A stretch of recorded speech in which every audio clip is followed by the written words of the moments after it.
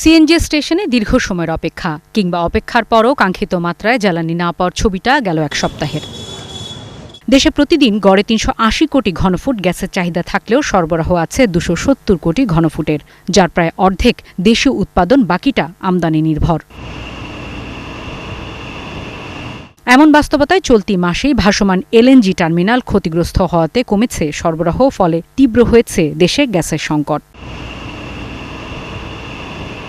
সচিবালয়ে জ্বালানি প্রতিমন্ত্রী জানান, সংকট মোকাবিলায় মালয়েশিয়ার প্রধানমন্ত্রীর সাথে ফোনে কথা বলেছেন প্রধানমন্ত্রী তারেক রহমান। দেশটি সাধ্যমতো সহায়তা করবে বলেও আশ্বস্ত করেছে।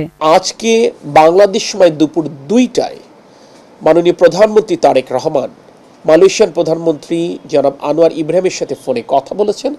বাংলাদেশের এই উদ্ভূত জ্বালানি সংকট মোকাবেলায় তার দেশের সহযোগিতা কামনা করেছেন।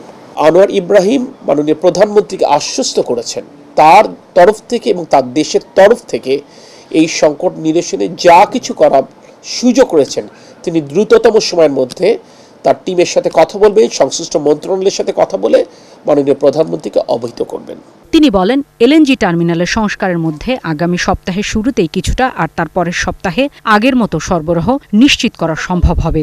বর্তমানে এফএসআরইউ এর যে সমস্যা, অর্থাৎ তারা প্রতিদিন প্রায় ৫০০ থেকে ৬০০ মিলিয়ন ঘনফুট গ্যাস সাপ্লাই করতেন, আমরা আশা করছি আগামী সপ্তাহের প্রথমে এখান থেকে আমরা ইনশাল্লাহ ২৮০ থেকে ৩০০ মিলিয়ন ঘনফুট তারা গ্যাস সরবরাহ করতে সমর্থ হবেন এবং পরের সপ্তাহ শেষের দিকে বাকিটা অর্থাৎ পুরো এফএসআরইউ তারা ফাংশনাল করতে পারবেন। বলেন, জ্বালানি সংকট মোকাবেলায় দীর্ঘমেয়াদী পরিকল্পনা নিয়ে কাজ করছে বর্তমান সরকার। জাপানিজ একটা টিম অর্থাৎ জাপানিজ প্রধান। শারমিন মীরা, ৭১, ঢাকা।